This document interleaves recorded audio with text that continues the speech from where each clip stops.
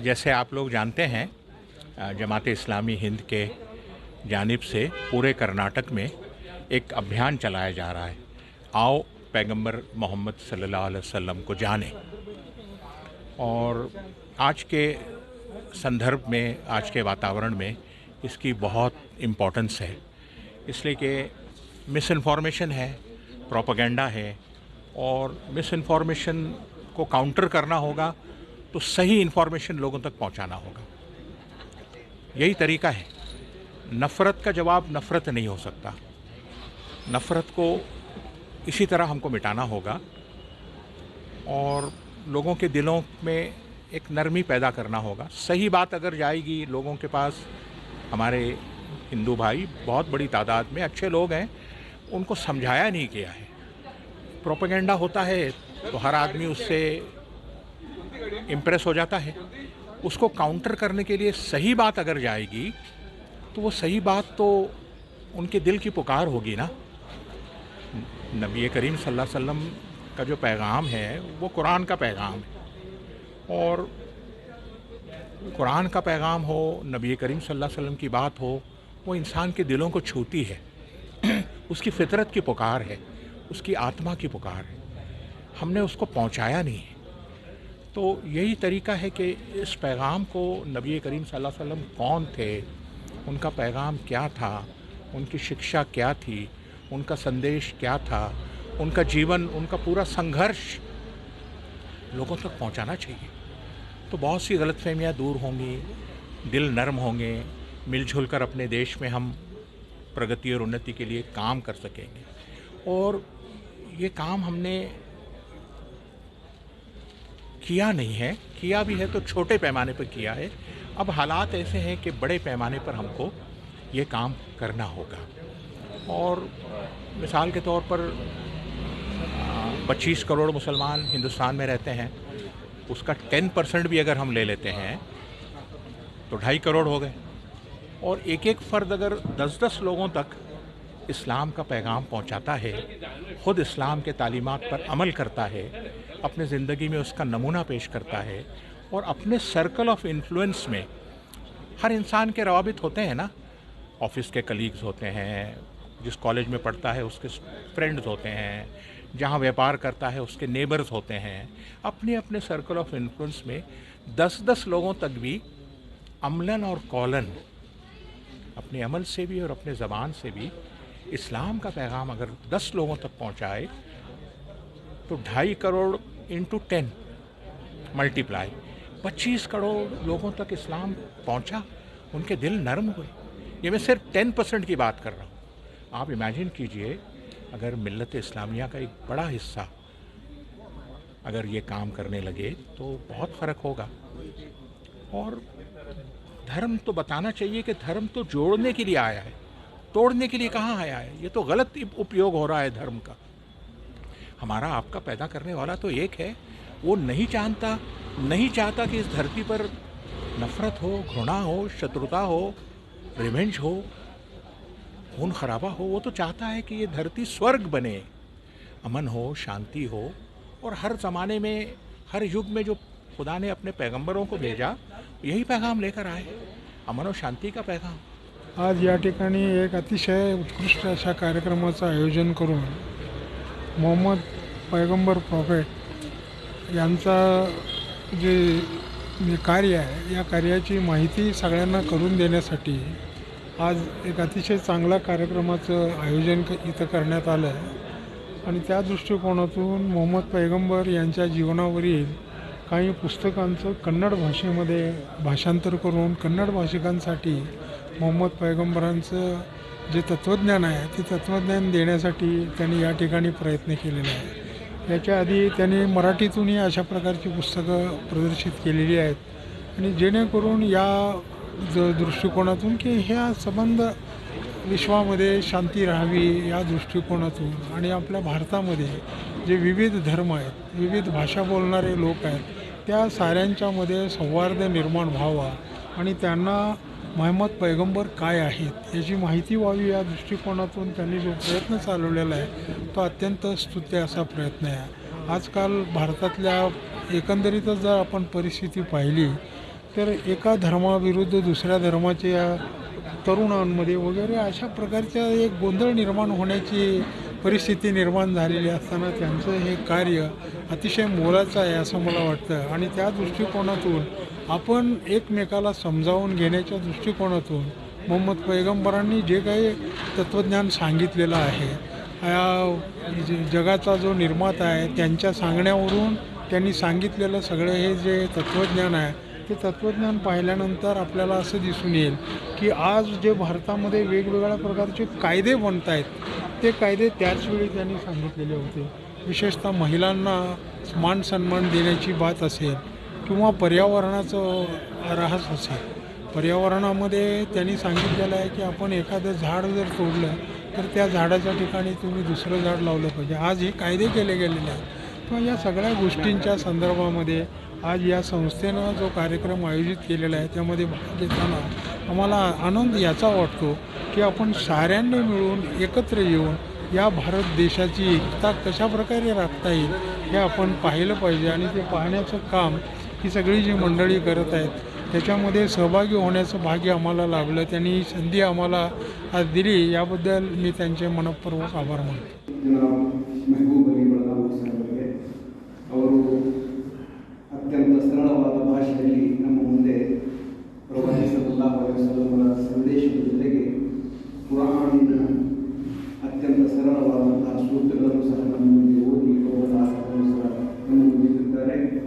ಅವರು ಹೇಳಿದಂತಹ ಮಾತುಗಳಲ್ಲಿ ನಮ್ಮ ಈ ದೇಶದ ವಿಶೇಷತೆ ಬಗ್ಗೆ ಅವರು ಹೇಳಿದ್ದಾರೆ.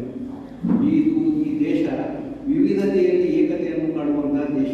ಇದು ಈ ದೇಶದ ಒಂದು ಸ್ಪೆಷಾಲಿಟಿ ಆಗಿದೆ. ಅದೇ ರೀತಿಯಾಗಿ ಕೇವಲ ಪ್ರಾಫೆಟ್ ಮುಹಮ್ಮದ್ ಸಲ್ಲಲ್ಲಾಹು ಅಲೈಹಿ ವಸಲ್ಲಮರ ಪ್ರವಾದಿ ಮುಹಮ್ಮದ್ ಸಲ್ಲಲ್ಲಾಹು ಅಲೈಹಿ ವಸಲ್ಲಮರ ಬೋಧನೆಗಳನ್ನು ಅರಿಯುವುದರಿಂದ ಏನು ಲಾಭ ಇಲ್ಲ. ಆ ಬೋಧನೆಗಳನ್ನು ನಾವು ನಮ್ಮ ಜೀವನದಲ್ಲಿ ಅಳವಡಿಸಿಕೊಳ್ಳಬೇಕೆಂಬ ಮಾತನ್ನು ಸಹ ಹೇಳಿದರು. ಅದಕ್ಕಾಗಿ ನಾನು ತಮ್ಮೆಲ್ಲರ ವತಿಯಿಂದ ಅವರಿಗೆ ಧನ್ಯವಾದವನ್ನು ಅರ್ಪಿಸುತ್ತೇನೆ. ಈಗ ನಮ್ಮ ಕಾರ್ಯಕ್ರಮವನ್ನು ಮುಂದುವರಿಸುತ್ತಾ ನಮ್ಮ ಪುಸ್ತಕಗಳ ಬಿಡುಗಡೆ ಕಾರ್ಯಕ್ರಮವಿದೆ. ನಾನು ಅದಕ್ಕಾಗಿ ಜನಾಬ್ ಮೆಹಬೂಬ್ ಖಾನ್ ಸಾಹೇಬರಿಗೆ, ರಿಯಾಜ್ ಓಬಿ ಸಾಹೇಬರಿಗೆ ಹಾಗೂ ವಸೂಲ್ ಮಾಡಿವಾಲೆ ಇವರನ್ನು ಸಹ ವೇದಿಕೆಗೆ ಆಹ್ವಾನಿಸುತ್ತೇನೆ. और जो अकेला इस जगत का शासक, सम्राट और सुशिक्षित होता है, अल्लाह की, ईश्वर की दया और करुणा हो उन महान आत्माओं पर जो हर युग में, हर ज़माने में इंसानों को सीधी राह दिखाने के लिए आते रहे. और सबसे अंतिम में अल्लाह की, ईश्वर की दया और करुणा हो पैगंबर मोहम्मद सल्लल्लाहु अलैहि वसल्लम पर, जो ईश्वर के आखिरी दूत बनकर सारे इंसानों के मार्गदर्शक इस दुनिया में बड़े आदर और सम्मान के लायक हैं हमारे नागनूर मठ के स्वामी जी, अल्लामा प्रभु स्वामी जी, हमारे आदरणीय बहुत पुराने मित्र मालूम जी आशिकर साहब, आदरणीय हमारे जमात इस्लामी के कार्यकर्ता, हमारे अच्छे मित्र प्रोफेसर महबूब अली बलगनूर साहब, हमारे जमात के जिम्मेदार जनाब यासिर मकानदार और जहांगीर साहब. धर्माच्या जी मंडळी आहे ज्यांनी सांगितलेलं तत्त्वज्ञान आहे त्याचा अभ्यास थोडा का असेना आपण करणं अत्यंत आवश्यक आहे. पण आपल्या भारतामध्ये ते प्रयत्न फार कमी प्रमाणात झाल्यामुळे आज एकमेकांबद्दलचा गैरविश्वास वाढत चाललेला आहे. मोहम्मद पैगंबरांनी काय कार्य केलं या संदर्भामध्ये खूपशा लोकांना खरंच माहितीच नाही आहे. तेव्हा हे समजावून देण्याचं काम ही संस्था जी करते आहे त्याबद्दल मी त्या संस्थेचं अभिनंदन करतो. कारण हे तत्त्वज्ञान समाजातल्या प्रत्येक घटकापर्यंत जाणं अत्यंत आवश्यक आहे, जेणेकरून आपल्यामध्ये एकमेकांबद्दलचे जे गैरसमज आहेत ते दूर होण्याला याच्यापासून मदत होणार आहे. आणि हे करण्याचं काम आमचे माननीय आलम प्रभू स्वामीजी इथं आलेले आहेत. बसवेश्वरांचं तत्त्वज्ञान तरी आम्हाला कुठे जास्त माहिती आहे, तसे पुस्तकं सुद्धा आम्हाला अवेलेबल नाही जास्त. तेव्हा त्यांचं मी खूप वेळा पाहतो की काही ठिकाणी मी वाचता मला लक्षात आलं होतं की बसवेश्वरांचा काल 12वं शतक, तुकारामाचं काम 16वं शतक. परंतु दोघांच्या विचारामध्ये इतका मोठा साम्य आहे. दोघांचा विचार ते कन्नड भाषेमध्ये लिहिलेलं आहे, मराठी भाषेमध्ये लिहिलेलं आहे. परंतु दोघांच्या विचारामध्ये किती साम्य आहे. विषय सांगायचे या समारंभाच्या निमित्तानं मला सांगायला पाहिजे की आज समाजामध्ये काही काम करणारी मंडळी, शाहीर मेहमान आणि त्यांची सगळी मित्रमंडळी, सगळे समाज एकत्र करण्याचं, जोडण्याचं काम करणारे आहेत. परंतु काही मंडळी अशी असतात की जी असं काम करणारी जी मंडळी असतात, मग ती कुठल्याही धर्माची असो, त्यांना विरोध करणं हे त्यांचं काम असतं. आणि म्हणून बसवेश्वरांनी त्या 12व्या शतकामध्ये उल्लेख केला. ಅತ್ಯಂತ ಸರಳ ವ್ಯಕ್ತಿಗಳು ನಮ್ಮ ನಾಲ್ಕೂರು ಮಠದೊಂದಿಗೆ ಒಂದು ಅತ್ಯುತ್ತಮವಾದಂತಹ ಸಂಬಂಧವನ್ನು ಹೊಂದಿರುವಂತಹ ಇವತ್ತಿನ ಕಾರ್ಯಕ್ರಮದ ಅಧ್ಯಕ್ಷರಾಗಿರುವಂತಹ ಜನಾಬ್ ಶಾಹಿದ್ ಮೆಹಮೂದ್ ಅವರಿಗೆ ಶುಭಗಳನ್ನು ಹೇಳ್ತಾ, ವೇದಿಕೆ ಮೇಲೆ ಉಪಸ್ಥಿತರಿರುವಂತಹ ಉಳಿದಂತಹ ಎಲ್ಲ ಗಣ್ಯರಲ್ಲಿ, ಈ ಸಮಾರಂಭಕ್ಕೆ ಆಗಮಿಸಿರುವ ತಮ್ಮೆಲ್ಲರಲ್ಲಿ ವಂದನೆಗಳು. ಇವತ್ತು ಒಂದು ವಿಶೇಷ ಕಾರ್ಯಕ್ರಮದಲ್ಲಿ ನಾವು ಎಲ್ಲ ಪಾಲ್ಗೊಂಡಿದ್ದೇವೆ. ಮುಖ್ಯವಾಗಿ ಇಂತಹ ಕಾರ್ಯಕ್ರಮಗಳು ನಮ್ಮ ಸಮಾಜದಲ್ಲಿ ಪ್ರಸ್ತುತ ದಿನಮಾನದಲ್ಲಿ ಬಹಳ ಅವಶ್ಯಕತೆ ಇದೆ ಅನ್ನೋದನ್ನು ನಾವೆಲ್ಲ ಅರ್ಥ ಮಾಡಬಹುದು. ಇವತ್ತು ನಾವೆಲ್ಲ ಅತ್ಯಂತ ಸಂದಿಗ್ಧ ಪರಿಸ್ಥಿತಿಯಲ್ಲಿ ಬದುಕ್ತಾ ಇದ್ದೇವೆ. ಈ ಧರ್ಮಗಳ ನಡುವೆ ನಂಬಿಕೆಗಳು ಕಡಿಮೆಯಾಗಿ ಮಾನವರಲ್ಲಿ ವಿಶ್ವಾಸಗಳು ಕಡಿಮೆಯಾಗಿ ಇವತ್ತು ಜಗತ್ತು ಅತ್ಯಂತ ಆಧುನಿಕತೆಯಲ್ಲಿ ಮುಂದುವರಿತಾ ಇದ್ರೂ ಕೂಡ ನಮ್ಮ ನಂಬಿಕೆ ವಿಶ್ವಾಸಗಳಲ್ಲಿ ಎಲ್ಲೋ ನಾವು ಒಂದು ಕಡೆ ಹಿಂದೆ ಬೀಳ್ತಾ ಇದ್ವಿ ಅನ್ನುವಂಥ ಭಯದಲ್ಲಿ ನಾವೆಲ್ಲ ಬದುಕ್ತಾ ಇದ್ದೇವೆ. ಯಾಕೆಂತಂದ್ರೆ ಮೊದಲೆಲ್ಲ 30, 40, 50 ವರ್ಷಗಳ ಹಿಂದೆ ನಮ್ಮ ಎಲ್ಲ ಸಂಬಂಧಗಳು ಅತ್ಯಂತ ಆರ್ಥಿಕವಾಗಿದ್ವು, ವಿಶ್ವಾಸದಿಂದ ಕೂಡಿದ್ವು. ಅವತ್ತು ಇಷ್ಟು ಆಧುನಿಕತೆ ಇರಲಿಲ್ಲ. ಇವತ್ತು ಅತಿಯಾದ ಆಧುನಿಕತೆಯಿಂದಲೇ ಇವತ್ತು ನಾವು ಈ ಸಂಬಂಧಗಳ ಬೆಸುಗೆ ಎಲ್ಲೋ ಒಂದು ಕಡೆ ಕಡಿಮೆ ಆಗ್ತಾ ಇದೆ ಅಂತ ಹೇಳಿ ನನ್ನ ಭಾವನೆ. ಅದಕ್ಕೆ ಅಂತಹ ಸಂಬಂಧಗಳ ಬೆಸುಗೆ ಆಗಬೇಕಾಗಿತ್ತು ಅಂತಂದ್ರೆ ಇಂತಹ ಒಂದು ಕಾರ್ಯಕ್ರಮಗಳ ಅವಶ್ಯಕತೆ ಯಾವತ್ತಿಗಿಂತಲೂ ಇವತ್ತು ಇದೆ ಅಂತ ಹೇಳಿ ನನ್ನ ಭಾವನೆ. ಅಂತಹ ಈ ಒಂದು ಸಮಾರಂಭ ಒಂದು ವಿಶೇಷ ಹೇಳಬೇಕು ಅಂತಂದ್ರೆ, ಇವತ್ತು ನನ್ನ ಪರಿಚಯವನ್ನು ಮಾಡುವಾಗ ನಿಮಗೆ ನಮ್ಮ ಮೂಲ ಸ್ಥಳದ ಬಗ್ಗೆ ಹೇಳಿದರು. ಜಮಖಂಡಿ ತಾಲೂಕು, ಬಾಗಲಕೋಟೆ ಜಿಲ್ಲೆ, ತುರ್ಚಿ ಅಂತ ಹೇಳಿ ಅಲ್ಲಿ ಒಂದು ಮಠ, ಅದು ಶಿವಲಿಂಗೇಶ್ವರ ಮಠ ಅಂತೇಳಿ. ಆ ಒಂದು ಮಠದ ವಿಶೇಷತೆ ಏನು ಅಂತಂದ್ರೆ ಹಿಂದೂ ಮುಸ್ಲಿಂ ಭಾವೈಕ್ಯತೆಯ ಒಂದು ಮಠ. ಸಾವಳಗಿ ಶಿವಲಿಂಗೇಶ್ವರ ಪರಂಪರೆಯ ಒಂದು ಭಾವೈಕ್ಯತೆಯ ಮಠ. ಇವತ್ತಿಗೂ ಕೂಡ ಆ ಮಠದಲ್ಲಿ ನಾವು ಮೊಟ್ಟ ಮೊದಲಿಗೆ